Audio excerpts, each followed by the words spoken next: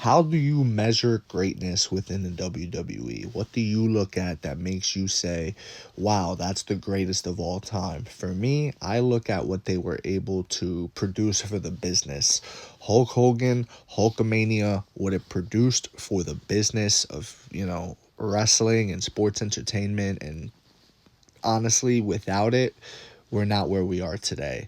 So I give Hulk Hogan all the credit, and I think Hulk Hogan has the rank of one above all. Is it Ricochet and Will Ospreay?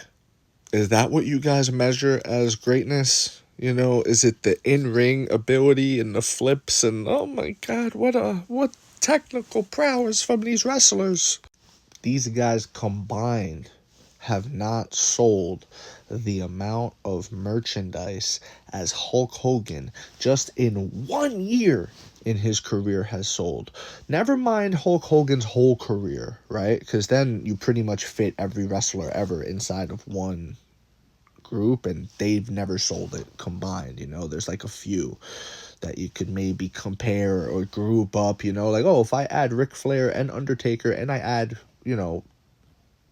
Mankind, yeah, maybe they equal, or maybe they come to what, I would actually be interested in those numbers, and I think I'm gonna look them up after this video, but right now I'm just chatting. And yeah, that's how I metric greatness in WWE. Guys like Bret Hart, okay, cool, the Hart Dungeon, okay, respect to the Hart Dungeon, but this man right here was never as red hot as Hulk Hogan was during Hulkamania. There's nobody ever, and I don't think you could say anybody ever in history that's done what he's done, because again, he was the first. Everything after him was built off of his back, was built off of his blood, sweat, and tears. Body slamming Andre the Giant was iconic for the business. This was one of the most memorable moments in the history. This is one of the most memorable moments in the history of pro wrestling. If you know about pro wrestling, you have seen this before. You can't necessarily make that same case for everyone else. There's certain iconic moments in the history of the sport that if you're into wrestling, even for like 3 months, right? Let's say you're a new wrestling fan, you're into it for 3 months. You've heard of this moment. You've heard of, Stone Cold and the Stunner, The Rock, and, you've heard of certain iconic moments, and this is one of them. After headlining 8 of the first 10 WrestleManias, the man revives his career with the NWO. He turns heel, everyone's shocked, and he is red hot again. And it's pretty much, it's NWO mania now. It's Hulk, driven by Hulkster. Without Hulk Hogan, the NWO doesn't blow up to the levels and heights that it saw. Come on, man. Give respect to the Hulkster. But I want to hear from you. I want to know, what is it that you measure greatness by when we talk about who's the GOAT? Who's the GOAT to you? And don't just say, oh, my GOAT's not a bigot.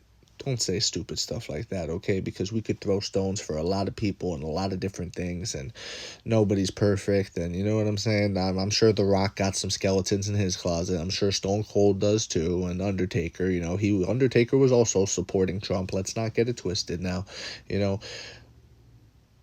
We're talking about strictly business. We're talking about not who's your favorite, not who's most liked, who's the greatest. I mean, but hey, if that's your measurement for the greatest, oh, I think you need to be the most liked person in the room to be the greatest.